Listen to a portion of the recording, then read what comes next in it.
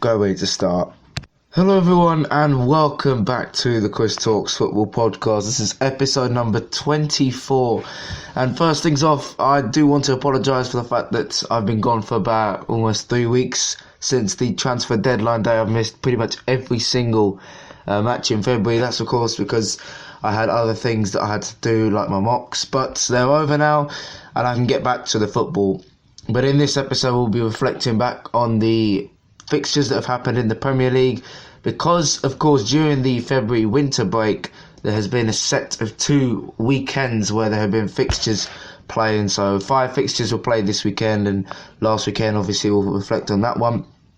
And of course we will get some news from the EFL. The Championship, League 1 and League 2 have had a complete overload of fixtures during the time that I have been inactive. So yeah, we'll hopefully get around to that. And of course the big stories that have happened in Europe, like transfers and how they've got on. So yeah, hopefully we're in for a good episode. And of course it's the return really of myself. Hopefully this won't happen too often, and hopefully this will be a good episode to come back on, see what's happened in the Premier League. So then we're going to start with the top 2 in the Premier League. Of course we will have a touch on the Champions League later on, but Liverpool yesterday did the job against a pretty resilient Norwich. They beat them 1-0 away thanks to a Sadio Mane goal that was allowed after a VAR check thought that there was a push on Zimmerman. But that means that Liverpool are just absolutely in cruise control at the top of the league table. Still unbeaten in the Premier League, and they are now, 25 points. My goodness me, 25 points. That's almost the gap that they are to Manchester City, are almost half the amount of points Manchester City have got at this current stage. It's there you go. It's incredible. But yeah, Norwich still bottom of the table, still only 1 win in their past 5 games. And yeah, obviously I've said time and again, they've got the worst goal difference in the division. They're only 2 points off 2 goals off the worst defence in the Premier League. But Norwich did actually have a right good go. I think that, they hit the woodwork with Alexander Tete. So, it's not all doom and gloom, and they have proved this season that they can go against the big teams and, get a goal here and there and put in resilient performances. Obviously, they beat Manchester City. You could say it was the beginning of the end of the title race, really, for Manchester City, because it's obviously very, very plain to see that Liverpool are going to win the Premier League. It's just a matter of when. They could win it in just over a month's time, which is not May, it's March. It's mad. I mean, the gap they've got now, they've got an 8 match gap. They've got, Liverpool have got, 12 match days to go, and they've already got an 8 match day gap, so they can win this title in a month or so. So yeah, obviously the main focus will probably be on the Champions League, which we're going to talk about in a little while. But yeah, going back to Norwich, obviously they beat Manchester City. They did okay against Liverpool. They had a couple of chances, like I said, Tete hitting the post. And of course in Manchester, against Manchester United, they did okay scoring a goal. They also scored a goal against Spurs. So yeah, really good to see that Norwich, even though the fans do believe they might go down, even though they're 7 points from safety, they can still take it to the big teams, and that's what we want, of course. We don't want Norwich giving up, because that's just, it'll just be a question of why have you bothered getting promoted in the first place. But yeah, definitely one to ponder on for Liverpool, who are just miles and miles out in the league. But yeah, Liverpool do have Atletico Madrid in the Champions League. That's going to happen. That's going to be coming back, of course, this in midweek. Will we have a roundup of the Champions League? Probably, I think. Yeah, maybe on Friday or Saturday. It depends if I'm in the mood, to be fair. It depends if I have time. But it's very doable. Atletico Madrid right now aren't in the greatest of form. They drew against Valencia, I believe. So, yeah. Their form apparently has been inconsistent, according to some people, but they've had the same amount of defeats as Barcelona this season. So there are still fears that, Atletico Madrid, especially at home, could cause problems because they do have a good home record. Of course, they were eliminated by Juventus in the in the Champions League last season in the knockout stages, but they had a good home record. I think they won most of their matches that they played at home. They played, 4 matches at home, and they won, I think, 3 of them. So they've got a good home record, but Liverpool just relentless home and away. I think the only time they've dropped points is away. If that's the only negative, of course, against Manchester United early on in the season was away from home. So I don't know if you can count that as not being very good away form. And of course, they drew against Shrewsbury in the Cup. Of course, they managed to win it at home. But, 2 maybe worrying signs for Liverpool, that away from home, that a little bit of problems. That, of course, Shrewsbury did draw with Liverpool in the FA Cup because of the fact that Liverpool put the kids out, pretty much, and Dejan Lovren and Takumi Minamino. But, yeah, it's... how will they fare against a side that are very contrasting to Manchester United? Not got a lot attacking wise. I mean, João Felix has only scored 2 or 3 goals this season, and for over £100 million, I knew at the start of the season he was never going to live up to that 100 million price tag. And he's good. He's a good player, but 100 million was way too much. I think he was worth around about half of that, to be fair. But it's whether a test of if they can weather the storm, really, of Atletico, because they're a defensive side, and so are Liverpool in some respects, with the fact that they've got Van Dijk and a promising defender in Gomez. But they march on in the league, and Norwich, 18 points. They don't look like they're going to be picking up a lot, to be fair. But Manchester City, we're going to be on around a 5 or 10 minute rant about Manchester City, because it is very, very, very controversial, the fact that Manchester City, they lost to Spurs on, a couple of days after the transfer window shut. We'll be on that one. But yes, they lost to Tottenham Hotspur 2 weeks back, and that was thanks to a Steven Bergwijn goal on his debut. But Manchester City, they didn't really do much in the window apart from sell Angelino. So yeah, I really don't know whether, of course, Laporte was back, but still, of course, they were due to play West Ham last weekend, but of course that game was called off by Storm Kira. So, of course, they've 1 game less played than Liverpool. So, at this moment in time, the gap is 25. But I think when they play West Ham, the current situation that West Ham were in, of course, West Ham were in the relegation zone without winning 5 or 6 games. They will probably get the job done against the Hammers at home. But yeah, that's really complacent. And of course, the big talking point in that game was the VAR decision that was probably one of the key moments in the game. It affected the game pretty a lot for, in terms of Manchester City's view. But, this is what happened. So there was a penalty awarded, and it was Serge Aurier who brought down Aguero in the box.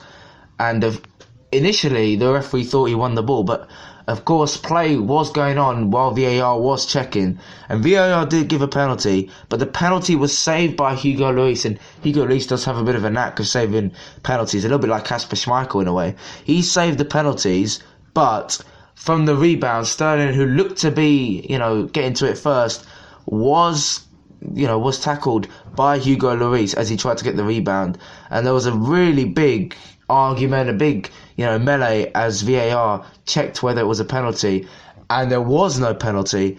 And of course, Sterling didn't get a booking, because even though VAR deemed it wasn't a penalty, so it means he dived, which means that he wasn't booked. He should have been booked.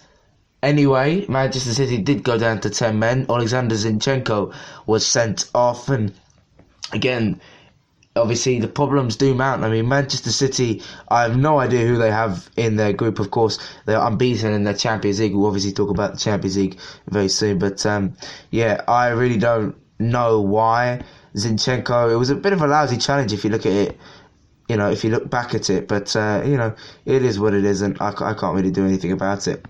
Obviously, with Manchester City losing, it pretty much means that they've lost the same amount of games as Leicester City, and even Arsenal have now got the same defeats as them. It's crazy, and it's incredible. But for Spurs, we'll get on to Spurs. Spurs have Leipzig in the Champions League. 3 wins in a row, and Mourinho really has picked it up. Of course, they won against Manchester City. They won again today against Aston Villa, thanks to a Heung-min Son and Toby Alderweireld contributions. Alderweireld actually scored at both ends, contributing to an own goal. But Aston Villa do remain only 1 point above the relegation zone. We'll touch on them in a bit. But, Spurs really close now, only 1 point in front of Chelsea. But even though Spurs are in 5th, as we go back to Manchester City, it may not matter if Spurs are 5th. They could get Champions League football. And why, you're probably asking to me? That's because that Manchester City have been banned for 2 seasons by UEFA from European club competition, whether it be Champions League or Europa League, after being found to have committed breaches of UEFA's club licensing and financial fair play regulations. Now, this has been lingering all throughout the last year or so, whether Manchester City will be banned from European competition. And so for some people, it may come across as a shock. For me, I was sort of caught in both minds. I was thinking to myself, well, if they've allowed it for this long, ever since, the takeover happened a decade ago, and ever since they entered their first ever Champions League, then why ban them now? Because they've been in it since like 2011 or something. But the champions have also been fined £25 million. That is a lot, even for Manchester City. I mean, you could spend £25 million on a fullback, anything to keep Benjamin Mendy out of the starting lineup. But obviously Manchester City are going to appeal to the Court of Arbitration for Sport, and they have released a statement saying that they are disappointed but not surprised by the prejudicial decision, and of course will appeal. They're not surprised. I mean, is it Manchester City pretty much admitting that, we saw this coming, we were just sort of fooling everyone? No. I mean, no, of course not. But, I really do find the fact that even though, Manchester City are banned, they've said, even they're banned, like, they're not going to take part in the Champions League. Now, the effect this has could be, a little bit of a big effect, in fact. And, of course, what does a European ban mean for Manchester City? That means in the next 2 seasons, they'll be unable to qualify for the Champions League or Europa League. Now, this means that, even though they're second, they will not get Champions League next season. That means that 5th place will get Champions League. So I'm assuming that the 2 Europa League spots will go to 6th and to 7th. And if we look at the current table, Sheffield United and Wolverhampton Wanderers, if it were to stay like that, will get 6th and 7th. I don't think they will. I think, obviously, teams like United or Arsenal will eventually come back here. But, I mean, what does it mean for Guardiola? I mean, it's obviously the fact that his contract runs out, I believe, next year. That's big. That is very big. And, of course, no Europe, which means that Guardiola will not win the Champions League.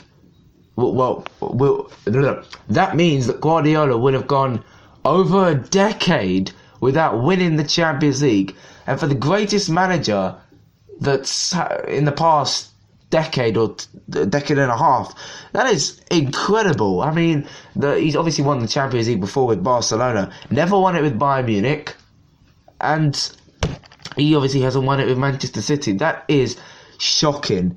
I mean, a decade without winning the Champions League, that's incredible. But will he leave after 2021? And of course, he hasn't actually won 3 trophies in a domestic season while he's been at Europe, in terms of, the treble.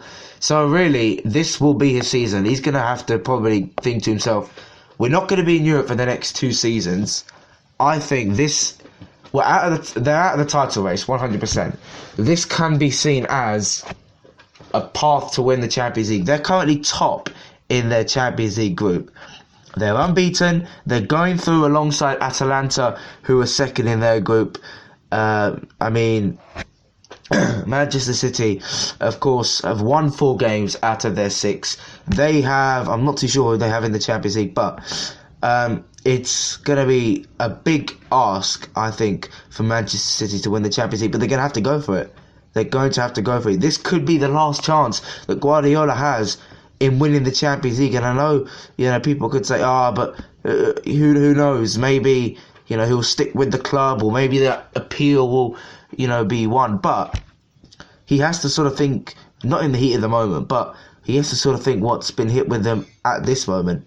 They cannot participate in the Champions League. And, it's going to be very, very big. Of course, on Wednesday, they're not playing in the Champions League. They're actually playing against West Ham.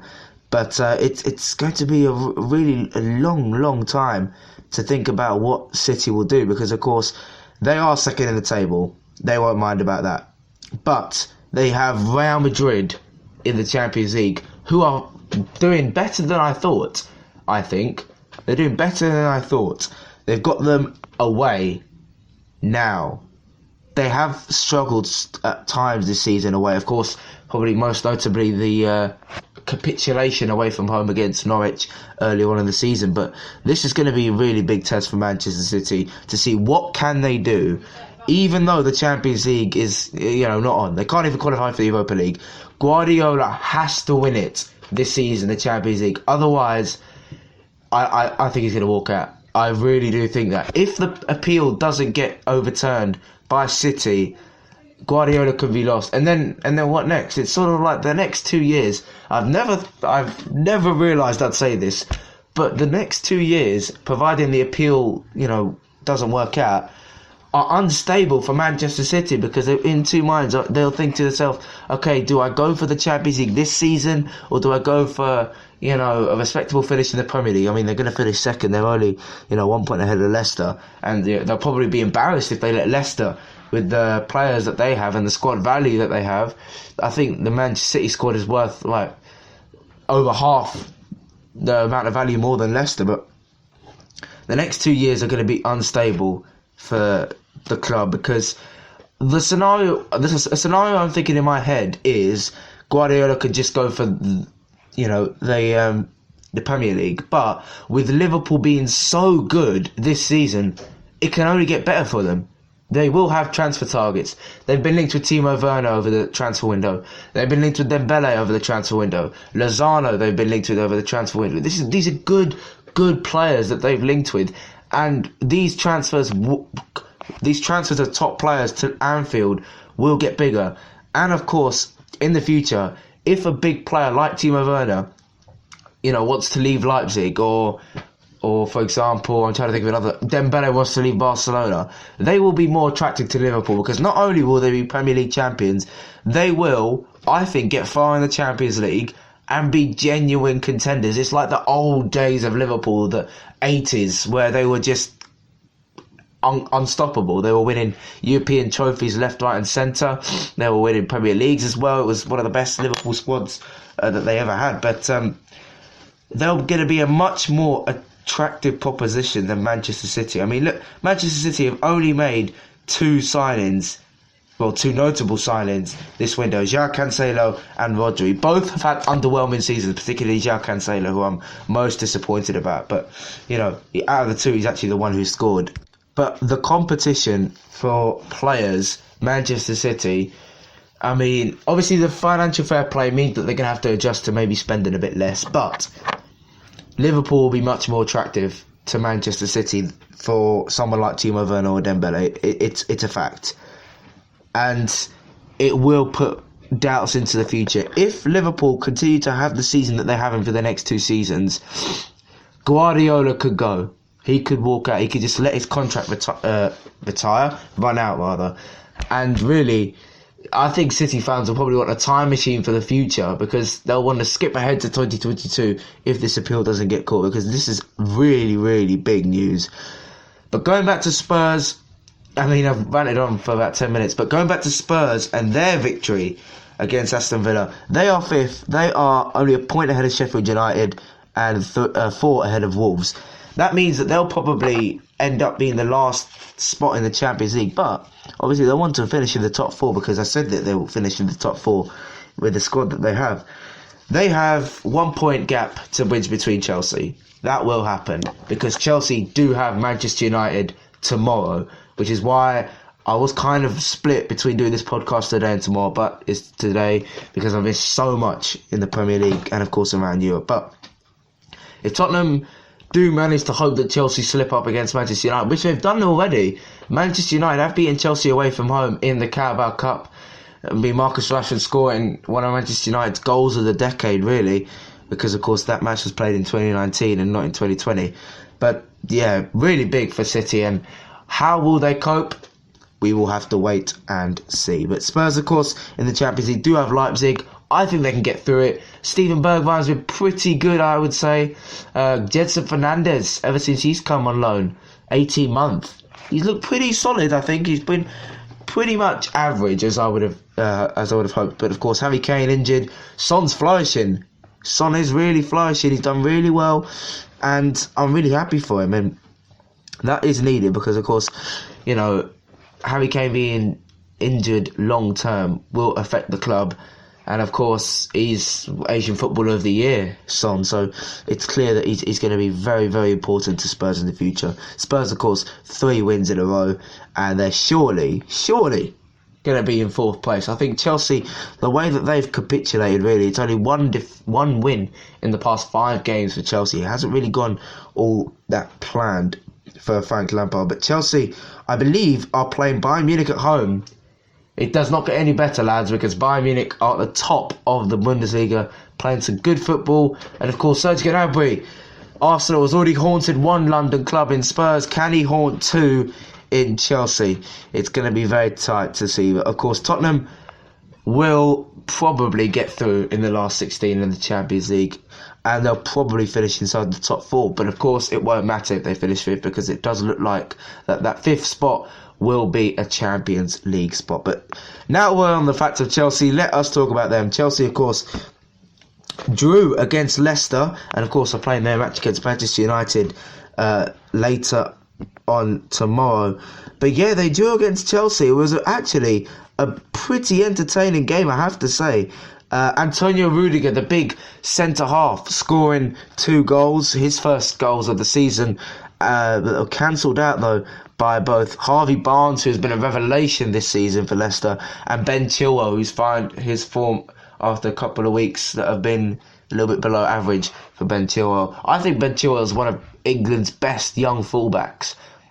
I think it's obviously a position that they're much overloaded in fullback. They've got a lot of fullback talents, but Ben Chilwell stands out, I think, for England as being one of their better players. But yeah, of course, Leicester, 3rd place, and as I said, only 1 point behind Chelsea. Jamie Vardy hasn't scored in 4-5 games. I'm not too sure about that number, but he's still top scorer in the league. He probably won't care.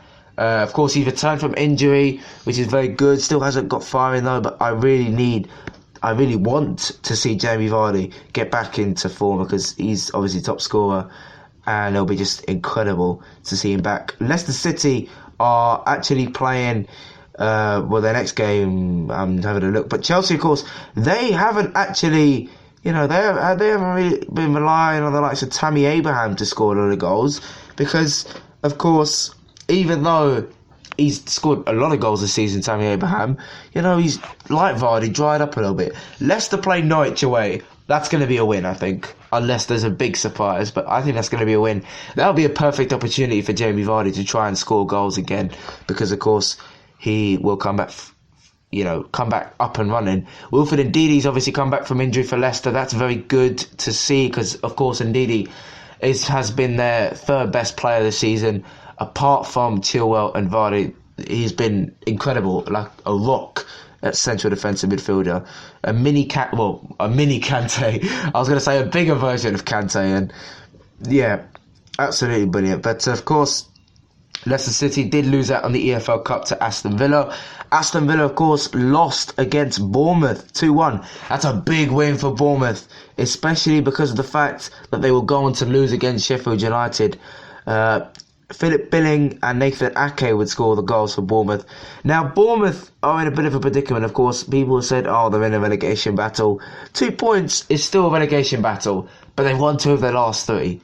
So I think Bournemouth could very well try and go on another run, of course. They still have time. They shouldn't be, very well. And, of course, they do have Chelsea in the next game, who they beat away from home. So maybe that will be one of the games to watch, really. I think West Ham and Southampton would be a good game to watch as well on the 29th of February. And, of course, the Bournemouth and Chelsea game on the 29th of February. That would be pretty good to watch.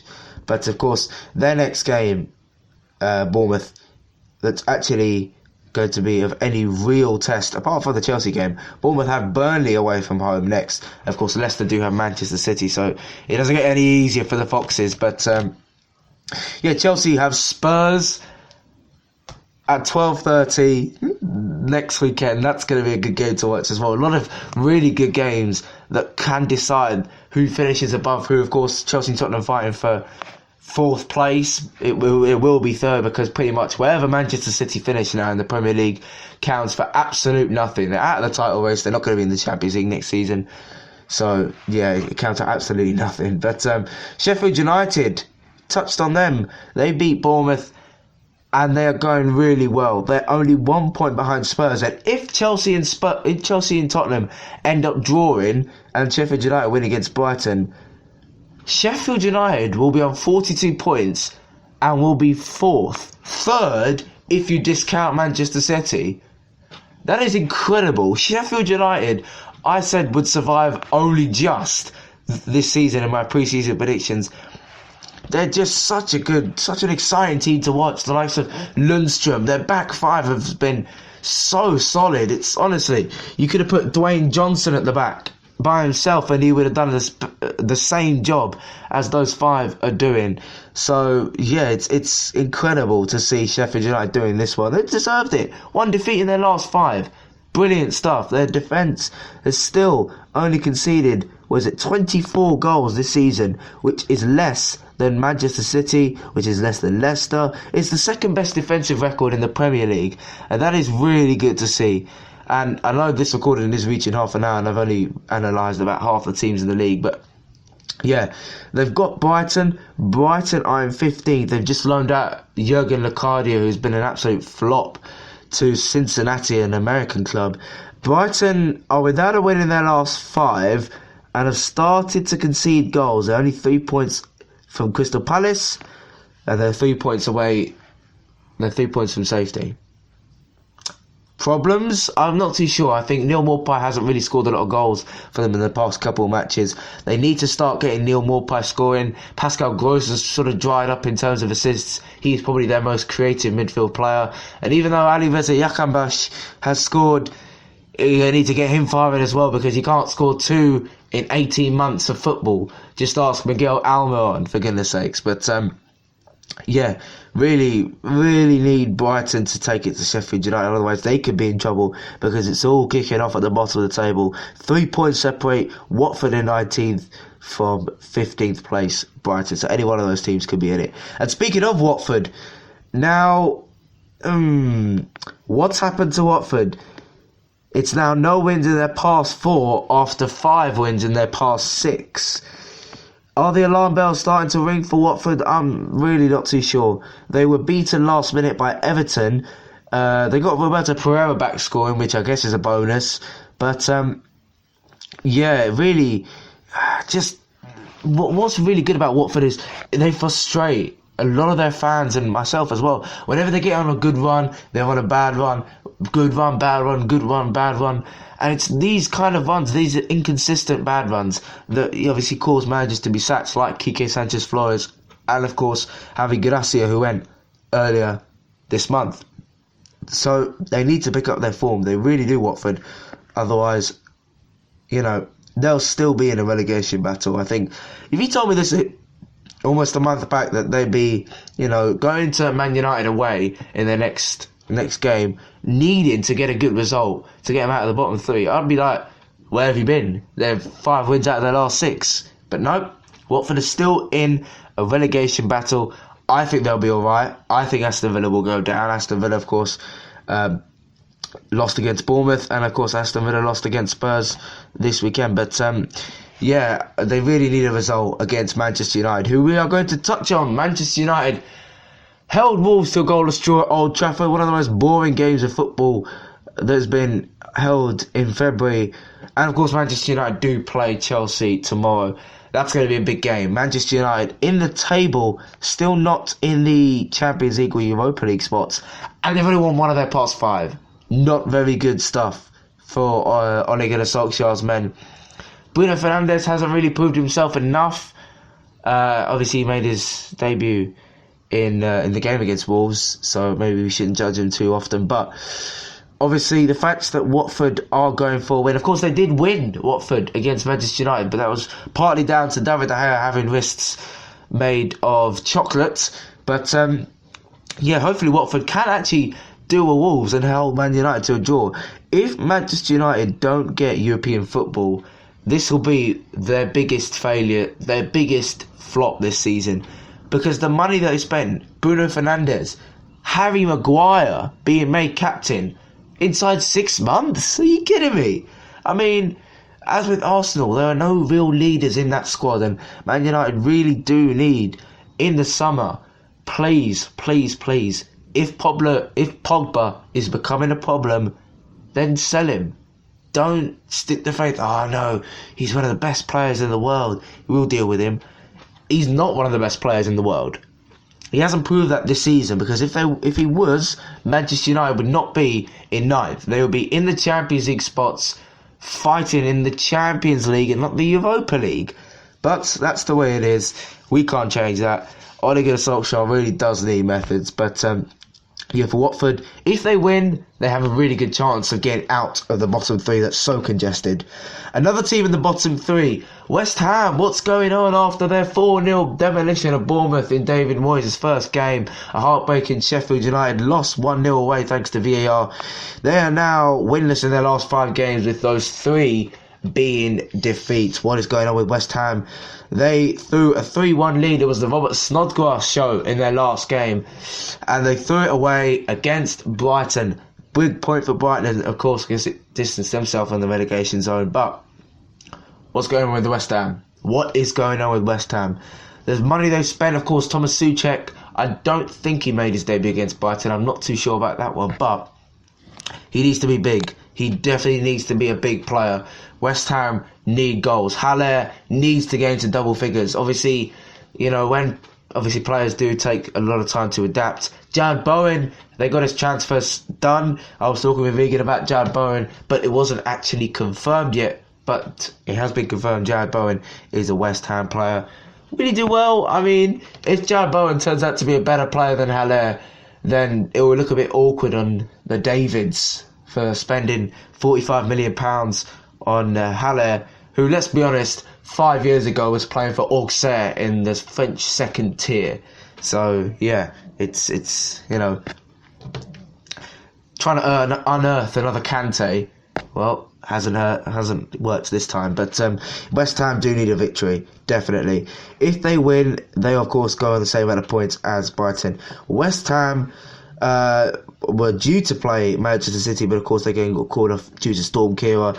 Raheem Sterling, though, was going to be obviously a doubt for the game against West Ham, the original date that was due to be played, but of course he will probably return for that game. It's going to be so hard for West Ham because they have not beaten Manchester City in a couple of years, in fact. So, I mean, if they can get a point out of it, it'll be seen as a result. That'll be a result. But yeah, I really don't see West Ham, performing a minor miracle. I think West Ham could probably lose. They have Liverpool as well. They have the top 2 in their next games. That's not very good, I think. And they're both away as well. It does not get any better. If West Ham can somehow, defy the odds and, get a good result out of Liverpool or Manchester City, then yes, they will come alive. but they need Haller scoring. Pablo Fornals has only scored 1 goal this season. All the good stuff they had at the start of the season is being unravelled. It's a reverse Watford. It is a reverse Watford. Bad start, good-ish form if you ignore the last 4 games for Watford. West Ham, good start, bad form ever since Pellegrini, was under pressure all those months ago. But West Ham definitely do need a win. But Everton, what are they doing under Carlo Ancelotti? It is now unbeaten in their last 5 ever since losing to Liverpool's kids in January. That's good. That is very good.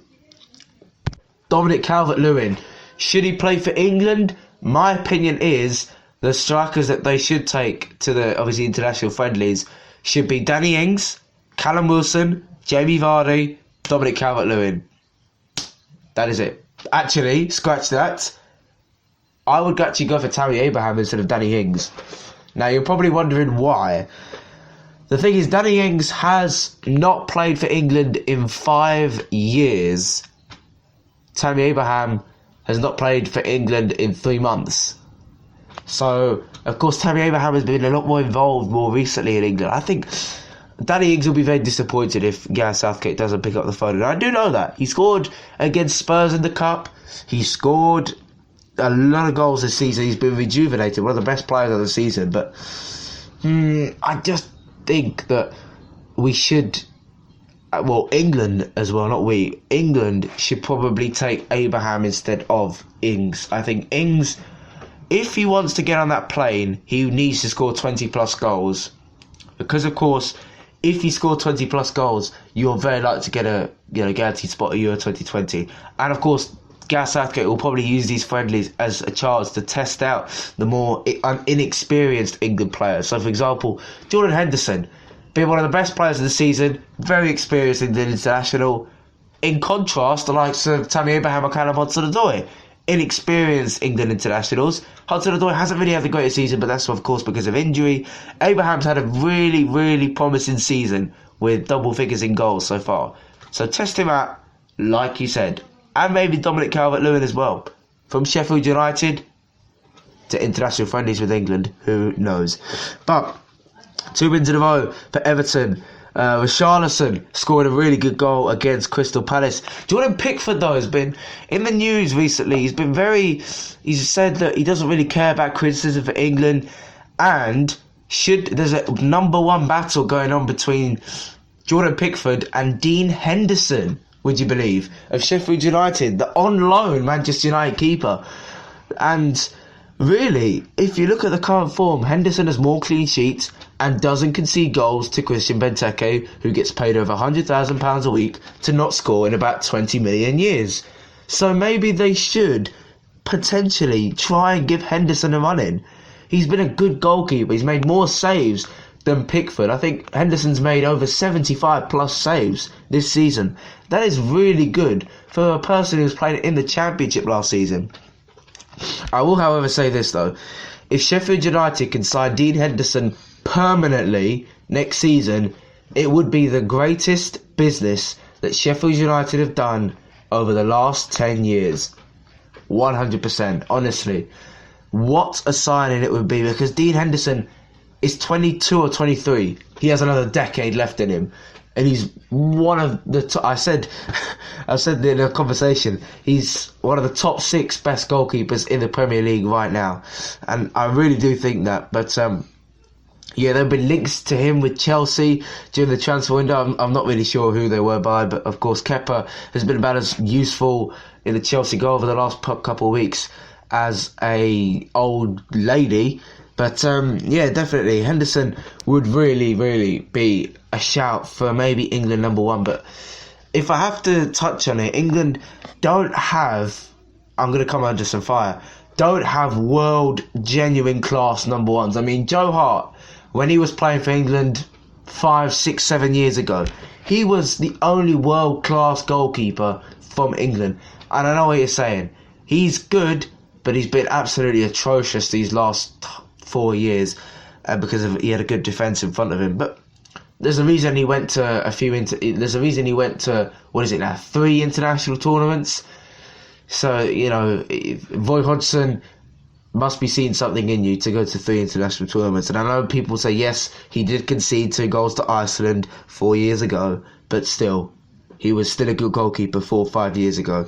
But, Henderson, I think, is the only class keeper. I think Pickford, yes, he was good in the World Cup, definitely. Don't get me wrong, he's a good keeper. But I think this season he's had a little bit of mistakes. And if we're going by this season, people are talking about Danny Ings, of course, getting on the plane potentially to the Euros. They should consider Dean Henderson. And even though, of course, yes, he's playing for Sheffield United. Sheffield United are still doing well. They should not ignore Sheffield United. Look at Dean Henderson, Gareth Southgate. He's a good player, I'm telling you now. Also, I have not mentioned Crystal Palace. What's happened to them? Palace, they were in the top half.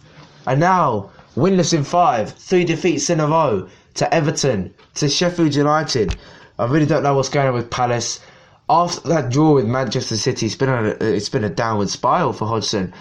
But even though Benteke has scored, which is about as rare as found in a condom in Charlie Sheen's house, it's really unlikely that they can get top half again. And I know people will be saying, oh yes, but they're only a couple of points off top half. Still, I don't know what's going on. Of course, Cenk Tosun was supposed to provide firepower up front, but he has obviously only scored 1 goal in like 3 or 4 games. And I really do think that this is the season that Wilfried Zaha will be off. I think if they finish the season really, really badly, like they did under Alan Pardew when in the season that they got to the FA Cup final, I think Wilfried Zaha could be off to an Arsenal or maybe even an Everton. That's all I'm saying. They need strikers. I've said it time and again. Defence, okay. Only 32 goals conceded. If you look around them, it's a good defensive record, but not very good. 2 teams we're going to talk about. Newcastle United only just getting past Oxford in the Cup. But of course, one of the funniest and main talking points from Newcastle in the Cup is the fan who celebrated against Oxford with, erotically, let's just say. I have to be careful with my wording. But Newcastle, of course, inconsistent once again. Only 1 win in their past 5. They, of course, haven't really, picked up that fall that they showed a couple of weeks ago. Newcastle actually drew against Norwich in a game that they really should have won, even though Norwich had a fair few chances. So did Newcastle. They need a victory, though, Newcastle. And even though, they were absolutely battered 4-0, despite a good first half, you have to say, they were battered 4-0 by Arsenal. 13 draws, my goodness. 50% of their matches have ended all square. But it looks like Mikel Arteta could be finally getting the pieces of the puzzle right. Unbeaten in their last 5, and I know what you're thinking. Oh, but they've only taken 7 points out of a possible 15. 4 draws and 1 win. Still, an unbeaten record will, put some confidence in the team. But, really good win for Arsenal, that. I think that was really important, obviously. They really don't want to draw a lot of games. They don't want to become the next Watford or Crystal Palace. But, it will be, I think, very good to see Arsenal return to Europe. Obviously, Aubameyang scored, Lacazette scored, Pepe scored, Mesut Ozil finally scored. And, of course, Nicolas Pepe grabbed his 3rd goal of the season. They did deserve it, I think, in the end. I think that, obviously, they have the Greek champions Olympiakos in the Champions League, which is Greek champions, Greek runners-up, rather, Olympiakos in the Champions League, which is, I think, pretty good. And then they return against Everton, which will be pretty interesting, considering that both of those teams will be off the back of a victory. But yeah, Arsenal doing really well. And, I mean, the Mesut Ozil goal was very good. It was 35 passes I counted in the build-up because I actually watched the goal. So, yeah, really good. And, of course, Steve Bruce continues his really, really dead form against Arsenal. Bukayo Saka has now got 8 assists in all competitions for Arsenal. What a good young player he could be in the future, Bukayo Saka. And, of course, it's also good scoring news for Aubameyang, who's still one of the top scorers in the Premier League in the top 5. So, hopefully Aubameyang can return to winning ways. But the other team I wanted to talk about was Southampton. Now, they've lost 3 of their last 4 games. After that really good run, Southampton have sort of slid on a little bit, of course. Attentions in the cup, it could be down to Southampton actually lost against Liverpool. They did have a penalty shout. Danny Ings going down. I mean, who else? It wasn't going to be, Shane Long. But, not very good fall for Southampton, but of course they won't have to worry because they are safe and probably could look towards a top half finish because they've been really good ever since around Halloween, ever since they conceded 9 goals to Leicester. So that's really good, of course, to see. And of course, they have one of the most informed strikers in Danny Ings, as I said. But to complete the other roundup, Burnley, of course, they are on a good run. 3 wins out of their last 4 games. They drew against Arsenal, which was really good to see. And, of course, Burnley won against Southampton by 2-1. Mate Vidra, the man who hardly ever starts, really, for Burnley, scored a really good goal. In fact, one of the goals of the month, I would say, for Burnley, as they beat Southampton 2-1. Very freak first goal, though. It was Westwood who delivered a corner. It went straight in. Very bizarre. But Burnley, of course, own the top half. That is very, very good to see. But, that is it for the Premier League table. Now looks like this: Liverpool in first, Manchester City in second, Leicester City third, Chelsea fourth, Tottenham fifth, Sheffield United sixth, and Wolverhampton Wanderers in seventh. Bottom 3 consists of West Ham, Watford, and Norwich at the time of recording. And now I'm going to have to draw another breath because we're on to the best league in Europe, and that is the Championship. Oh my goodness, the Championship has thrown up some really, really big surprises. And of course, the fact that I've missed out on all of them. We're going to only do this week's roundup because I cannot be asked to spend another 20 minutes talking about one league.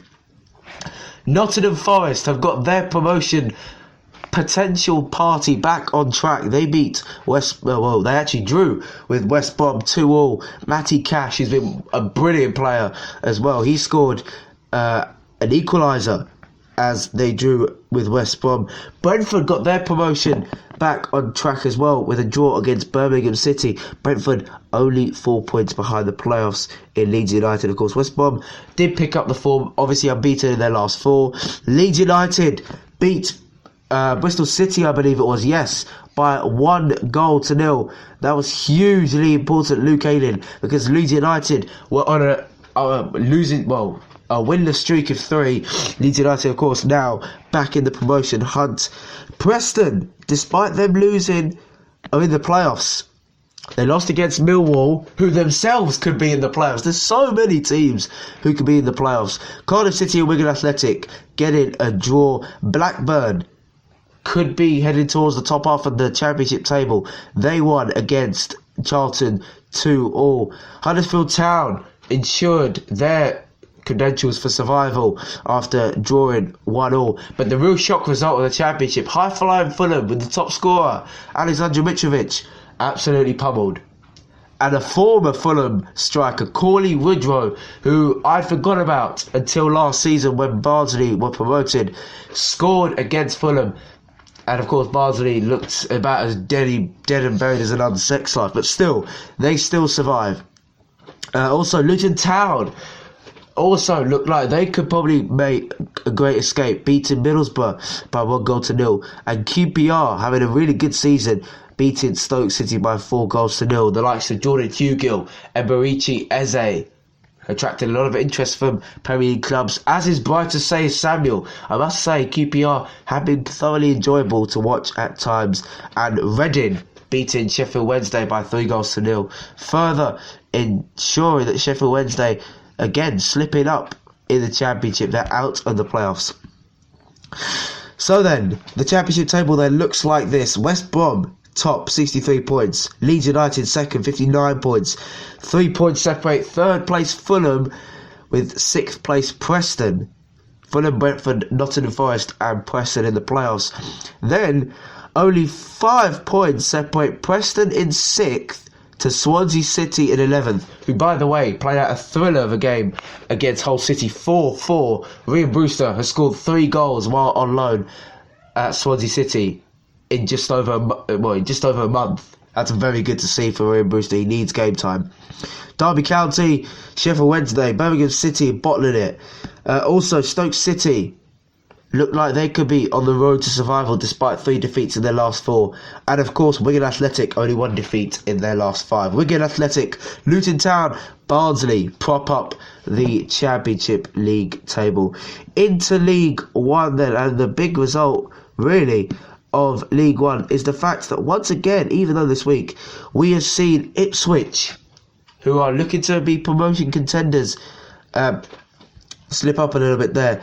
And also, Rotherham United slipping up against Wimbledon. Not a very good result for Rotherham United, of course. They are looking to obviously get promoted from League One. That's really not what they need, because of course Rotherham United are, well, pretty much one of the favourites to go up in League One. Good result for Wimbledon, of course, because that ensures they will still fight to the end for survival. That's very good to see. Accrington Stanley beating Lincoln City by 4-3. Also, Bolton Wanderers losing out to Wickham. I mean, they look dead and buried. Also, Ipswich, Portsmouth beating Shrewsbury 2-0. Southend losing 2-0 to Coventry City. Oxford United losing 1-0 to Sunderland. Gillingham beating Doncaster by 2-1. Bristol Rovers beating Blackpool by 2-1. Blackpool sacked Simon Grayson this weekend, of course, after being only 1 win in their last 10 games. Not very good for a club who have aspirations of returning to the Championship after 5 years. I mean, it's been that long. And of course, Fleetwood Town beating Peterborough United by 2-1. And that means in the League One table, despite that draw, Rotherham still stay top, but it's so close. 4 points separate 6th place Portsmouth in the playoffs to top of the league, Rotherham. It's so close. Coventry are going under the radar. They've only been defeated 3 times this season, and they have 2 or 3 games in hand rather. That's very good. Fleetwood are dark horses as well. They have 3 games in hand. They're doing really well. But obviously Blackpool, obviously, as I said, sacked their manager there towards the bottom half of the table. And of course, Tranmere, Southend and Bolton look very much dead and buried. Tranmere, of course, had their game postponed against Rochdale due to the storm. 7 points behind Wimbledon in the relegation zone. Into League 2. And, well, where do we start with League 2? A big game at the top of the table with Plymouth and Crewe. And Plymouth beating Crewe by 2-1. Although, have we seen one of the misses of the season by Crewe Alexandra's George Porter? 1-on-1 with the goalkeeper, squared it to Porter, and he absolutely shanked one wide. I mean, that's embarrassing. But Plymouth don't go above Crewe in the table. Swindon Town managing to getting their match postponed against Scunthorpe because of the weather. Walsall beating Northampton by 3-2. Still looking to survive also in League 2. Stevenage losing 1-0 to Salford. Graham Wesley left the club after only about 2 months, really. They look dead and buried, Stevenage. They're 7 points adrift of safety in the League 2. Of course, they have 1 relegation zone in League 2, of course, because of the fact that Bury has now disappeared. Port Vale beating Colchester by 3-0. Oldham drawing with Forest Green. Mansfield Town beating Newport 1-0. And Exeter City looking to strengthen their promotion contenders. They beat Macclesfield by 2-3. Grimsby Town beating Morecambe by 2-1. Cornwall and Carlisle playing out a goalless draw. And Cheltenham Town beating Leyton Orient by 2-1. And that means in the table, as I said, Stevenage propping up the bottom. Macclesfield and Morecambe look like they will probably be on the road to survival. Very tight in the playoffs as well. It's 9th place Bradford, only 3 points behind 5th place Cheltenham Town, who have been one of the surprise packages of the season. If you look at their squad, of course, losing Mo Isa to Peterborough, he's become part of their holy trinity. Into Europe, and oh my goodness me, what has gone on? Erling Braut Haaland has won the Bundesliga Player of the Month award for January. He has scored 8 goals since coming to Dortmund. That is incredibly godful. That is really, really big. And he's been an absolute god, Erling Braut Haaland. And yeah, really good to see. I mean, he's obviously, I'd heard of him. He's one of the best wonder kids, not just in FIFA, in the world. And of course, he has a future star card. But he's been incredible. 8 goals, a hat-trick on his debut. Greats have had hat-tricks on their debut. Alan Shearer has had a hat-trick on his debut for Southampton. That's just incredible to see. Borussia Dortmund still looking to try and catch up Bayern Munich and Leipzig in the Champions League, of course. And, of course, Leipzig and Bayern Munich playing in the Champions League. Right now, though, I said Real Madrid are having a good season. They are currently losing at half-time against Celta Vigo at the time of recording. Fyodor Smolov, who actually attracted interest from the likes of West Ham and Burnley. He has scored for Celta de Vigo. And Real Madrid only above Barcelona on goal difference. And also, Inter Milan.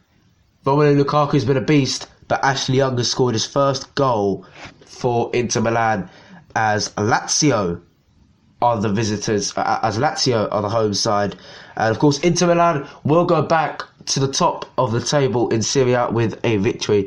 Cristiano Ronaldo breaks the goal scoring record for Serie A, the first player to score in 8 consecutive Serie A games. Happy birthday to a lot of players that obviously has celebrated their birthday since I've gone. The likes of Neymar, Billy Sharp and Cristiano Ronaldo have all had their birthdays. Ronaldo's still 35 and breaking records. Incredible stuff. But yeah, that wraps up this almost hour-long session. It's obviously the longest podcast I've ever done.